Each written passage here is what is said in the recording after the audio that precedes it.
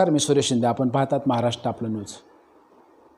विशेष महिलांचा आपण एक कार्यक्रम आयोजित केला आहे, ज्याच्यामध्ये सन्मान नवदुर्गांचा हा संपूर्ण महाराष्ट्रातील महिलांसाठी आपण एक कार्यक्रम आयोजित करत आहोत. त्याच्यामध्ये विशेष काहीतरी कार्य करणाऱ्या महिलांच्या निवासस्थानी जाऊन आपण त्यांच्याबद्दलची माहिती, त्यांचा भूतकाळ किंवा त्यांनी जगण्यासाठी केलेला संघर्ष, आज त्या मोठ्या पातळीवर असतील किंवा कोणत्याही बाजूला असतील, परंतु त्यांना केलेला संघर्ष हा समाजासमोर कधी येत नाही.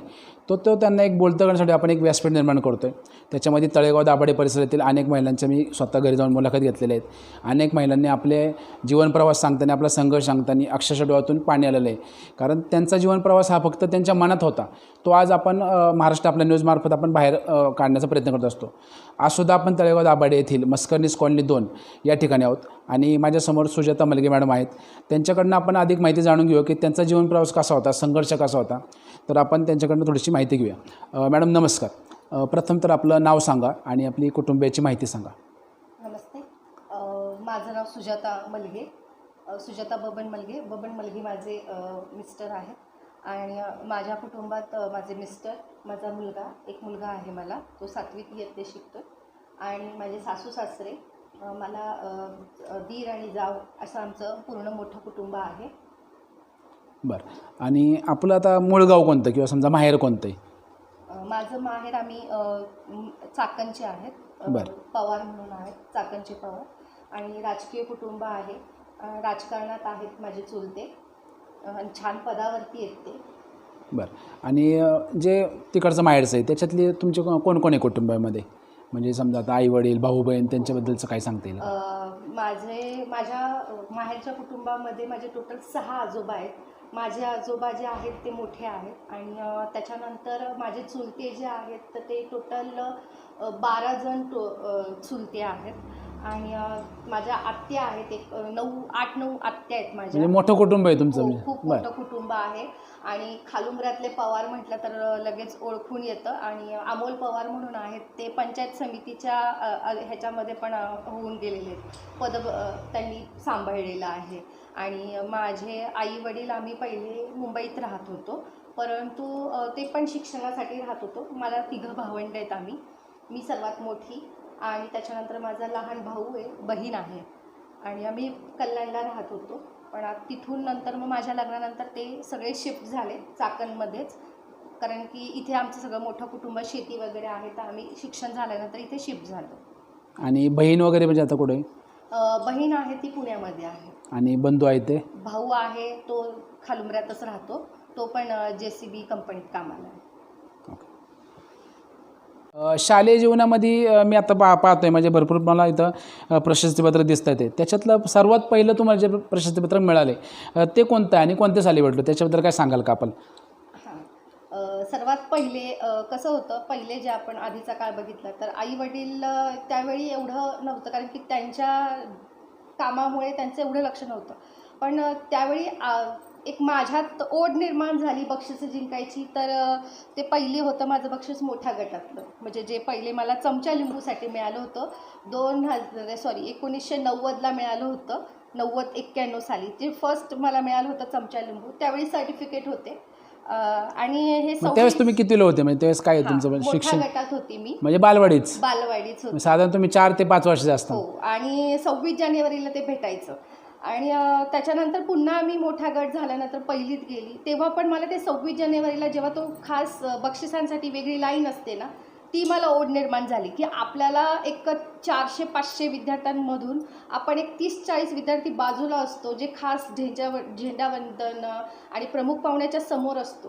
आणि त्याच्यामुळे ती मला ओढ निर्माण केली की प्रत्येक 26 जानेवारीला आपण बक्षीस मिळवायचं. आणि मोठ्या गटात जे सुरू झालं ते रनिंग, थाळीफेक, गोळाफेक, हे पहिलीला नव्हतं, पण 5वीपासून गोळाफेक, थाळीफेक, त्याच्यानंतर खो खो, कबड्डीचे टीमचं मी प्रमुखत्व केलेलं आहे. कबड्डी खास आम्ही 10वीपर्यंत मी कबड्डी माझी हे केलेली. आणि परत आम्ही त्या मुंबई ठिकाणी आम्ही जिल्हास्तरीय टीममध्ये पण गेलो होतो, फार पुढे नाही गेलो, परंतु आम्ही 2 पार केले होते कबड्डीमध्ये. बरं. अशी आमची माझी खूप ती आठवण आहे. मग आता हे जी शाळा आहे ही शाळा कोणती होती त्याच्यातले गजानन विद्यालय. बरं त्याच्यातल्या मुख्याध्यापिका किंवा शिक्षकांचं काय नाव वगैरे आठवते का आपल्याला? हो हो हो.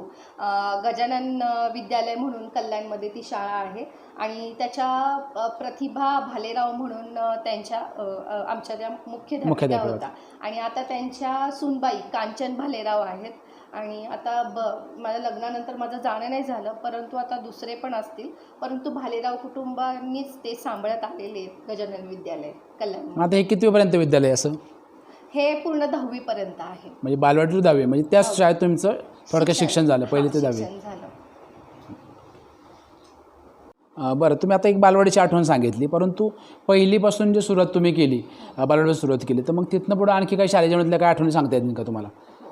तर शालेय जीवनामध्ये मी 7वी 8वीला आमचा एक पूर्ण कबड्डी टीम झाली होती आणि ती कबड्डीची टीमचं तर आमचं बक्षीस मिळालीच आम्हाला. त्याच्यानंतर मग मला व्यतिरिक्त मला छंद जोपासायची सवय लागली. म्हणजे ते माझे मामी मुरे सोमाटणं माझे मामागाव आहे, तर माझ्या मामीला छंद होता लोकरीचं विणण्याचं, तर तिच्यापासून मी ते विणण्याचं शिकली आणि अक्षरशः मी 7वी 8वीपासून ते लोकरीचं बनवायची आणि ह्या लोकरीचं बनवून मी अक्षरशः विकत पण होते, कारण की मला स्वतःहून सगळे म्हणायचे माझ्या इकडच्या कॉलनीतल्या म्हणजे मुंबईमध्ये की अगं तू आम्हाला विणून दे. आणि मग मला ती एक छंद झाला की मी ते त्यांना सेलिंग करावं, तर त्याच्यामुळे मला थोडं मानधन मिळायला लागलं आणि ते मला एक पॉकेट मनीसारखं झालं, कारण की त्यावेळी परिस्थिती नाजूक असल्यामुळे मलाही ते आवडलं करायला. आणि तिथे मी अजून फुलं वगैरे बनवणे, कापडाची फुलं, त्याच्यानंतर वेगवेगळी ज्वेलरी बनवू लागली आणि ज्वेलरीचे सेट विकूनसुद्धा मला अक्षरशः म्हणजे त्यावेळी ते एक वेगळं अट्रॅक्टिव्ह होतं. म्हणजे गुजराती लोकं जी होती ना ती खास लोकं मला म्हणायची की तू खूप छान बनवते, तू आम्हाला बनवून दे. मग तो एक छंद म्हणता म्हणता माझं ते पॉकेट मनी होऊ लागली की जी मला थोडीफार माझ्या खर्चासाठी उपयोगी पडू लागली. आपण शालेय जीवनामध्ये असताना स्काउटचं सुद्धा प्रशिक्षण घेतलं आहे अशी मला आता प्रसिद्धपत्र पाहून माहिती मिळते, तर त्याच्याबद्दल आपल्या काय आठवणी सांगता येतील? हां, स्काउट गाईड जे आहे ते 1995 ते 96मध्ये मी ते आमचं शाळेमध्येच व्हायचं त्याचा कॅम्प. तर त्या कॅम्पमध्ये मुलांना एक शिक्षण मिळावं की स्वतःची सुरक्षा कशी करावी, त्याच्यानंतर आपलं पर्यावरण सुरक्षित कसं ठेवायचं आणि थोडेफार असे मुलींना चांगलं त्यांना बाहेर वावरता येईल असं सुरक्षित, तर त्यांना थोडेसे कराटेचे हे करून शिकवलं जायचं. तर असं स्काउट गाईड होतं आणि त्याच्यातच मग पुढे जाऊन 9वीमध्ये मी महाराष्ट्र छात्र सेना, तर त्याच्यात मग मी सहभागी झाली जी 9वीमध्ये होती. 9वी आणि 10वी असे 2 वर्ष आम्हाला ते महाराष्ट्र छात्र सेना म्हणून मी त्याच्यात सहभागी झाले होते. आणि त्यावेळी तो खाकी जो युनिफॉर्म असतो जो पोलीस घालतात, पण त्या खाकीसारखाच युनिफॉर्म आम्हाला होता आणि ती ओढ त्यावेळेपासून मला जास्त झाली की खाकी युनिफॉर्म घालले. आणि त्याच्यानंतर मग मी जेव्हा कॉलेजला गेली तर त्या कॉलेजमध्ये मी 11वी 12वी तर आमचं नवीन ॲडमिशन ॲडमिशन होतं, त्यामुळे ते अभ्यासात गेलं. परंतु मग मी 13वी 14वी 15वी जी होती आमचं FY SY आणि TY, तर ह्याच्यामध्ये मी 3 वर्ष NCC जॉईन केली. तोच खाकी विषय की खाकीशी असलेलं प्रेम. आणि तिथे पण मला ती NCCची खाकी मिळाली, पण तिथे माझं जास्त प्रगती झाली, कारण की NCCमध्ये आमचे बरेच कॅम्प असायचे बाहेर. तर ह्या कॅम्पमध्ये मला खूप सारे मेडल मिळाले आहेत. जसं युनिफॉर्मसाठी तुमचा क्लीन युनिफॉर्म त्याच्यासाठी मला मेडल मिळालं होतं पहिलं. त्याच्यानंतर जी रायफल शूट असतं तर माझं 0 पॉईंटमध्ये झालं होतं, तर त्याच्यासाठी मला सुद्धा मेडल मिळालं होतं. ड्रिल असायची आमची, परेड असायची, म्हणजे अक्षरशः मला ते आठवतात ते दिवस कॉलेजमधले 3 वर्ष की जेव्हा आमचं 26 जानेवारी 15 ऑगस्ट कॉलेजमध्ये जे आमची परेड व्हायची त्याची प्रॅक्टिस आमची 1 महिना असायची. आणि त्या 1 महिना परेडमध्ये अक्षरशः म्हणजे जी ड्रिल असते म्हणजे ज्यास तुम्हाला पोलीस सॅल्यूट करतात त्या सॅल्यूटसाठी मग तिथे परेड अगदी विश्राम सावधान आपल्याला नॉर्मल वाटतं, पण तिथे आम्ही मार खायचो अक्षरशः. आणि तेव्हा आमच्याकडे बंदूक असायची, कारण ती बंदूक धरून आम्हाला ते ड्रिल करायला लागायची. म्हणजे ती लाकडाची बंदूक होती, पण त्याच्यात जरी आमच्या स्टेप चुकल्या ना तरी आम्ही मार खायचो. म्हणजे ते आमचे सर असायचे, पण ते एक वेगळ्या आठवणी होत्या की त्या आमचा तो पूर्ण ग्रुप होता आणि ते छान अशा आठवणी. त्याच्यातलं कोणी आता भेटते का तुम्हाला, म्हणजे तुमच्या ग्रुपमध्ये होते असं, त्यांची काय नावं सांगता येतील का? हां, त्यांच्या ग्रुपमधलं मला आता सध्या तरी नाही भेटत आहे लग्न झाल्यानंतर, कारण की ते कल्याणमध्ये बिर्ला कॉलेज म्हणून नंबर 1 ज्याला 5 स्टार आहे असं कॉलेज. ॲक्च्युली त्याचं कारण पण असं आहे, मला त्या कॉलेजमध्ये ॲडमिशन घ्यायचं होतं. 5 स्टार कॉलेज होतं आणि मला माझ्या मार्कांवरती घ्यायचं होतं. तर मला ॲक्च्युली ते कॉमर्समध्ये ॲडमिशन मिळालं नाही, कारण की मला 68% होते. तर त्याच्यामुळे मला ते कॉमर्समध्ये ॲडमिशन नाही मिळालं. पण मला आर्ट्समध्ये अगदी माझ्या पहिल्या लिस्टमध्येच दुसरं नाव होतं. तर मग मी म्हटलं ठीक आहे आर्ट्स घ्यावं, कारण आर्ट्स पण काही वाईट नाही आहे आणि मुलींनी आर्ट्स घेतलं तरी तिच्या छंदाला ते एक चांगलं हे आहे. तर मी ते आर्ट घेतलं आणि त्याच्यात पण अक्षरशः म्हणजे मी जे SY TY जे आहे FY SY TY याच्यामध्ये स्पेशल माझा हिस्ट्री सब्जेक्ट होता. म्हणजे जो आज आपण एक हिस्ट्री एक फक्त बुक बघतो मुलांचं, अगदी बरोबर. हां, तर ते आम्हाला 6 सब्जेक्ट होते हिस्ट्रीचे. म्हणजे प्रत्येक पिरियडचं एक स्पेशल पुस्तक आणि ते 100 मार्काला. असे 600 मार्काचं दरवर्षी. आणि त्याच्यानंतर मी जेव्हा MA केलं तर MA खास मी ते हिस्ट्रीमध्येच केलेलं आहे. MA पार्ट 1 आणि MA पार्ट 2. पण हे जे MA आहे ते मी कल्याणमध्येच राहत होती, परंतु मी राजगुरुनगर जे आहे आपलं खेड राजगुरुनगर. हां, तर तिथे मी त्या परीक्षा दिलेल्या आहेत. आणि ते पण मी अक्षरशः म्हणजे जे मी तुम्हाला म्हटलं माझे छोटे मोठे हे होतं की लोकर विण हे कर, मग ते करता करता घरी राहून मला ते MAच्या परीक्षा देता आल्या होत्या. तुमचा छंद जोपासून तुम्ही परीक्षा सुद्धा शिक्षण दिली. पण केलं. आणि दुसरी गोष्ट म्हणजे मी जे बिर्ला कॉलेजमध्ये होती त्याला मी ॲडमिशन घ्यायचं अजून एक कारण होतं की मला फक्त त्यावेळी माझ्या मार्कावरती 200 रुपये फी होती फक्त. एवढं मोठं कॉलेज ज्याला 5 स्टार आहे. म्हणजे तुम्हाला सांगेल मी त्याच कॉलेजमध्ये आमचं हिस्ट्रीचं एक मंडळ होतं, त्या इतिहास मंडळ म्हणून. आणि ह्या मंडळाचे आमचे 2दा कार्यक्रम झाले होते. तर पहिला जेव्हा कार्यक्रम झाला होता मला ती आठवण आहे माझ्याजवळ, त्याच्यामध्ये महात्मा गांधीचे वंशज, ॲक्च्युली मला ते थोडंसं राहुल गांधी म्हणून आहेत त्यांचं नाव, ते राहुल गांधी आता ते आहेत की नाही मला आता आठवणार नाही. तर ते तिथे आले होते खास. आणि विक्रम गोखले आले होते, सिने अभिनेते विक्रम हो, गोखले. विक्रम गोखले तिथे आले होते. तर ते खास प्रमुख पाहुणे होते त्यावेळी. आणि इतिहास स्टुडंट म्हणून मला तेव्हा खूप अभिमान वाटला होता की बाबा मी त्या ह्याची साक्ष झाली. आणि आमच्या स्वप्ना मॅडम म्हणून होत्या की ज्या आमच्या हिस्ट्रीच्या पण होत्या. आणि मी त्यांना एक हे करायची, मॉडेल मानायची, कारण की त्या आमच्या हिस्ट्रीच्या पण हे होत्या, टीचर होत्या कॉलेजच्या. आणि त्या आमच्या NCCच्या पण प्रमुख होत्या. आणि माझं NCCतलं खूप वेगळे दिवस गेले आणि त्यातून मी खरी शिकलेली. म्हणजे त्याचं मी तुम्हाला सांगतेच पुढे की मी हे जे आहे की माझं खेळामधलं नॉलेज, मी खेळातला स्टॅमिना, त्याच्यानंतर माझं NCCतला जो अभ्यास, NCCतली जी परेड. म्हणजे अक्षरशः आम्ही राहायचो कल्याणला, पण आमचं NCCचं ऑफिस होतं मुंबईला. मेन जे आहे आपलं न्यू मुंबई, तिथे आमचं ऑफिस होतं. म्हणजे आम्ही रेल्वेने प्रवास करून जायचो सगळा ग्रुप आमचा. म्हणजे त्यावेळीच मला थोडंसं एक डॅशिंगपणा थोडा तिथूनच चालू झाला होता. मॅडम आता माझ्यासमोर एक ट्रॉफी दिसते मला, स्नेहांकित मित्रमंडळ किरण समळ मित्रमंडळ. ह्याच्याबद्दल आपल्याला काय आठवणी सांगता येतील? हो, 2004-2005 तर ह्या कालावधीमध्ये मी कॉलेजलाच होती. आणि तेव्हा आमचे किरण समेळ म्हणून ते नगरसेवक होते. तर थोडंसं अंतर होतं माझ्या घरापासून. तर तिथं त्यांनी ही स्पर्धा ठेवली होती, रांगोळी स्पर्धा, की तुम्ही तुमच्या घरी काढा रांगोळी. आणि मला ते छंद होताच रांगोळी काढण्याचा. आणि मी त्याच्यामध्ये भाग घेतला. तेव्हा ही मोठी रांगोळी काढली होती. म्हणजे त्यावेळी अक्षरशः मोबाईल नव्हता माझ्याकडे, तर नव्हता. साधारणतः किती आहे असं? ही साधारण मोठीच होती, म्हणजे फूट असेल 5. बरं 5 फूट. हां. तर मला त्यांनी 3य क्रमांक दिला होता की खूप सुंदर रांगोळी आणि कलर खूप छान काढले होते, नाही का. आणि त्यावेळी खरं म्हणजे सांगायचं की त्यावेळी मोबाईल नव्हता किंवा आमच्याकडे काही असं साधन नव्हतं.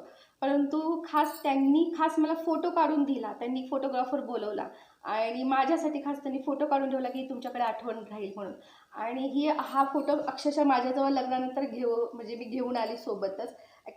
26 जुलैचा जो पूर आला होता, सांगायचं मी माझे बरेच काही जे सर्टिफिकेट आहे ना, तर हे 26 जुलैचा जेव्हा पूर आला होता कल्याणमध्ये, तर काही गोष्टी माझ्या भिजलेल्या.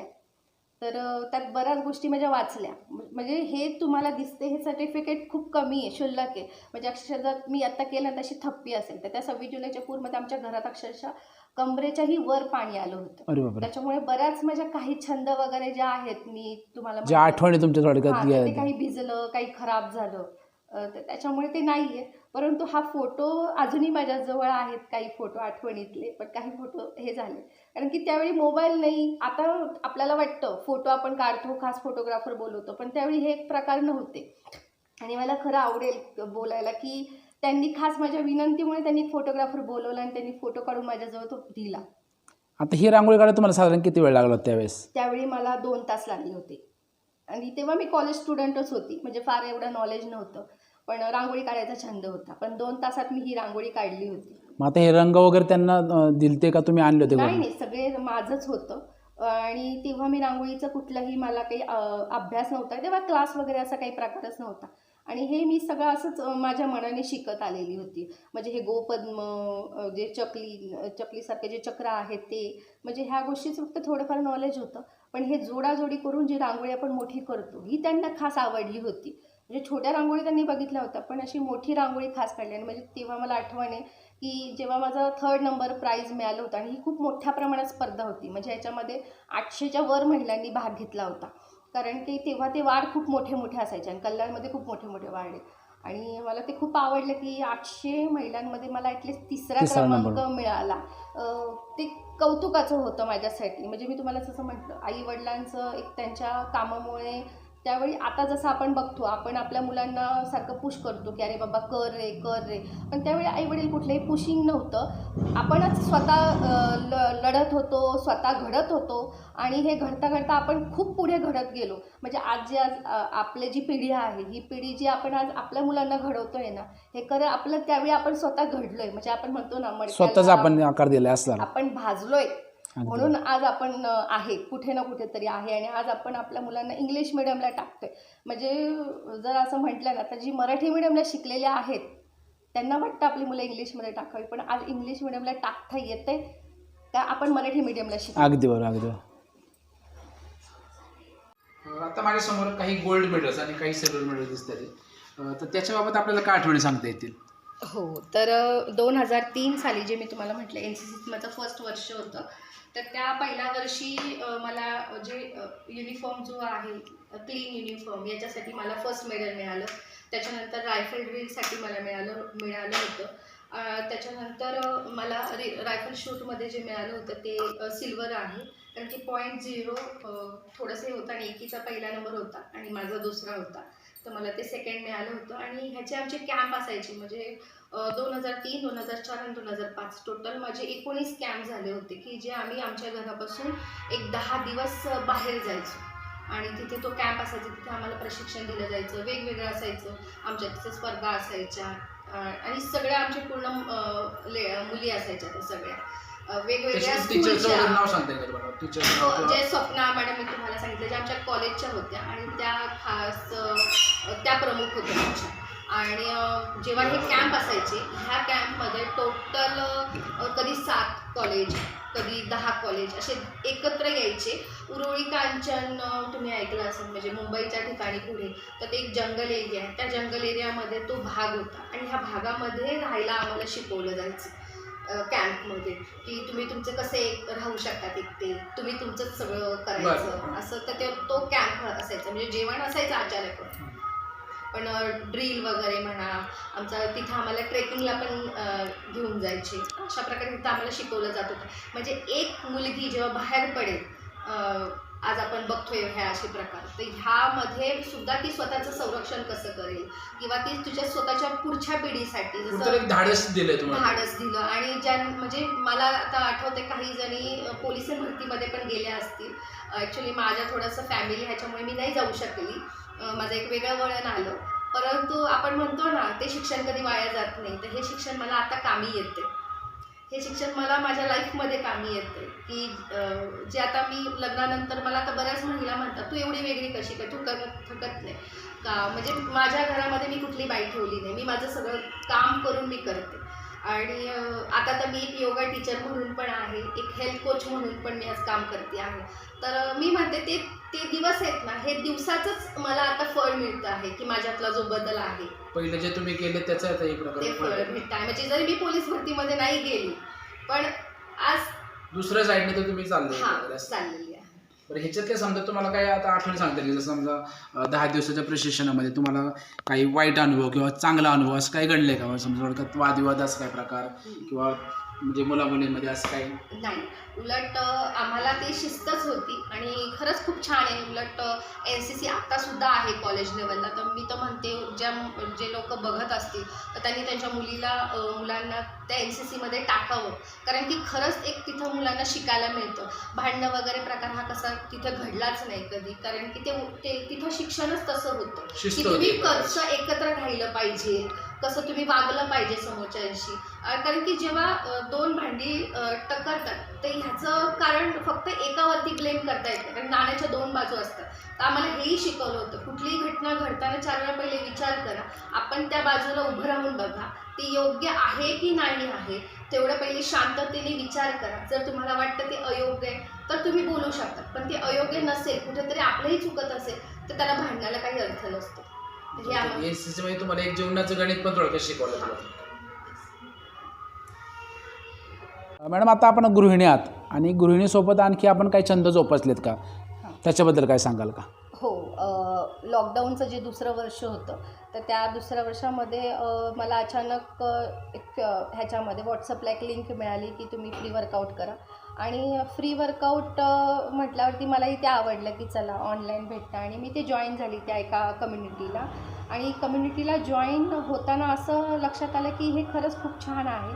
हे करता करता म्हणजे मला एक वेलनेस कोच म्हणून एक तिथे एक हे झालं की हां, आपण असं करू शकतो, आपण स्वतःमध्ये पण बदल करून आपण दुसऱ्यांना हेल्प करू शकतो. की आज आपण बघतो आहे म्हणजे जे आता खाण्यामध्ये बऱ्याचदा भेसळ आहे किंवा जे आता शेतीमध्ये जास्त फर्टिलायझरचा वापर आहे, म्हणजे आपण घरातलंच खातो आहे पण बऱ्याचदा काय होतं त्याच्यावरती फर्टिलायझरचा वापर केल्यामुळे आपण जे खातो आहे त्याच्यातला आपण फक्त 40-50%चाच भाग खाल्ला जातो आहे, कारण की तिथे त्या जे अन्न आहे त्याचं तिथे कुठेतरी न्यूट्रिशन कमी पडतं आहे. तर जेव्हा आम्ही वेलनेस कोच म्हणून आज जेव्हा काम करते, म्हणजे मी आत्तापर्यंत एक 70-80 लोकांना मी मदत केलेली आहे. फ्री वर्कआउटच्या बॅचेस आहेत त्या आम्ही घेतो आणि ह्या बॅचेसमध्ये आम्ही अगदी फुकट मोफत शिकवलं जातं. तुमच्या व्हॉट्सअपवरती लिंक येते, त्या लिंकला तुम्हाला जॉईन व्हायचं असतं आणि तुम्हाला ते वर्कआउट करायचं असतं. तर ह्या वर्कआउट बॅचेसमध्ये म्हणजे योगा खास मी योगाचं कुठलंही प्रशिक्षण घेतलेलं नाही आहे, परंतु लॉकडाऊनच्या आधी मी 2 वर्ष आपल्या ज्या तळेगावमध्ये कांबळे मॅडम आहेत, सारिका कांबळे, त्यांच्याकडे मी 2 वर्ष योगाला जात होती. आणि ते योगा फक्त मी शिकत होती आणि म्हणजे स्वतःच्या हेल्थसाठी जात होती, पण ते मी शिकू लागली. मला स्वतः योगामधलं ज्ञान मिळायला लागलं त्याच्यामुळे. आणि त्या पण इतक्या हौशी होत्या की त्या प्रत्येक वेळी त्या अभ्यास करत होत्या त्यांचा, पण त्यांचा बराचदा अभ्यास त्या आमच्याशी शेअर करायच्या. त्याच्यामुळे मग आपण म्हणतो ना एकलव्यासारखं, तर त्याच्यातून मी शिकत गेली की काय असतं योगामध्ये. आणि जेव्हा मी ह्या प्लॅटफॉर्मला आली फ्री वर्कआउटच्या बॅचेसला, तर माझं योगा बघून त्यांना बऱ्याच जणांना खूप आवडायला लागलं. तर तुम्ही शिकवसाल का? तर मग मी हो म्हटलं. आणि त्याच्यानंतर मग मी ह्या बॅचेस घ्यायला लागली. आता गेली 1.5 वर्ष झाले मी योगाची बॅच घेते. आणि म्हणजे तो प्लॅटफॉर्म जो आहे ना, तर तो अक्षरशः मला योग गुरु म्हणून बोलतो. मी कुठल्याही परीक्षा दिलेली नाही आहे, परंतु त्यांना मी जे योगातले टिप देते, कारण की मी प्रत्येक वेळी रोज शिकत असते, कारण की शिकणं हे कधी बंद होत नाही.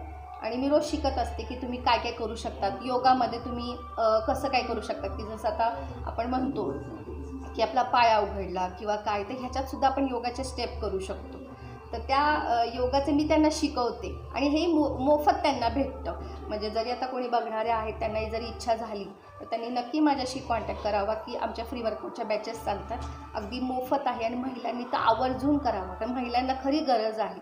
आता तुम्ही बघताय नवरात्र चालू, म्हणजे लेडीजला काय वाटतं की थोडंफार की हा उपास धरावा म्हणजे थोडंसं वजन कमी होईल, खूप चुकीच्या गोष्टी असतात. नवरात्र जे आहे ना त्याच्यात उपास धरणं म्हणजे तुम्ही तुमच्या शरीराला एक सात्विक बनवणं, म्हणजे आणि त्याच्यातही आपण जड खात राहतो उपासामध्ये. म्हणजे थोडंसं आपण काय होतं फॅटकडेच जात असतो, पण आपल्याला वाटतं नाही मी उपास करते म्हणजे माझं वजन कमी होईल. म्हणजे ह्या ज्या गोष्टी आहेत ह्या आम्ही इथं शिकवतो की तुमच्या खाण्यापिण्यामध्ये कधी आता बघा डायबिटीजचे पेशंट असतात, BPचे पेशंट असतात, ते ह्या ॲक्च्युली हे पेशंट पण आता वाढलेले आहेत. म्हणजे पहिल्यापेक्षा जर तुम्ही बघितलं तर आत्ता हे पेशंट वाढलेले डायबिटीज आणि BPचे, कारण ह्याचं मूळ कारण आहे रात्रीचं उशिरा जेवण. म्हणजे आता मी सुद्धा आमचंही फॅमिली ह्याच्यामध्ये होत होतं, म्हणजे कधी फार होतं, पण खरं ॲक्च्युली रात्रीचं जेवण खरंच चुकीचं आहे.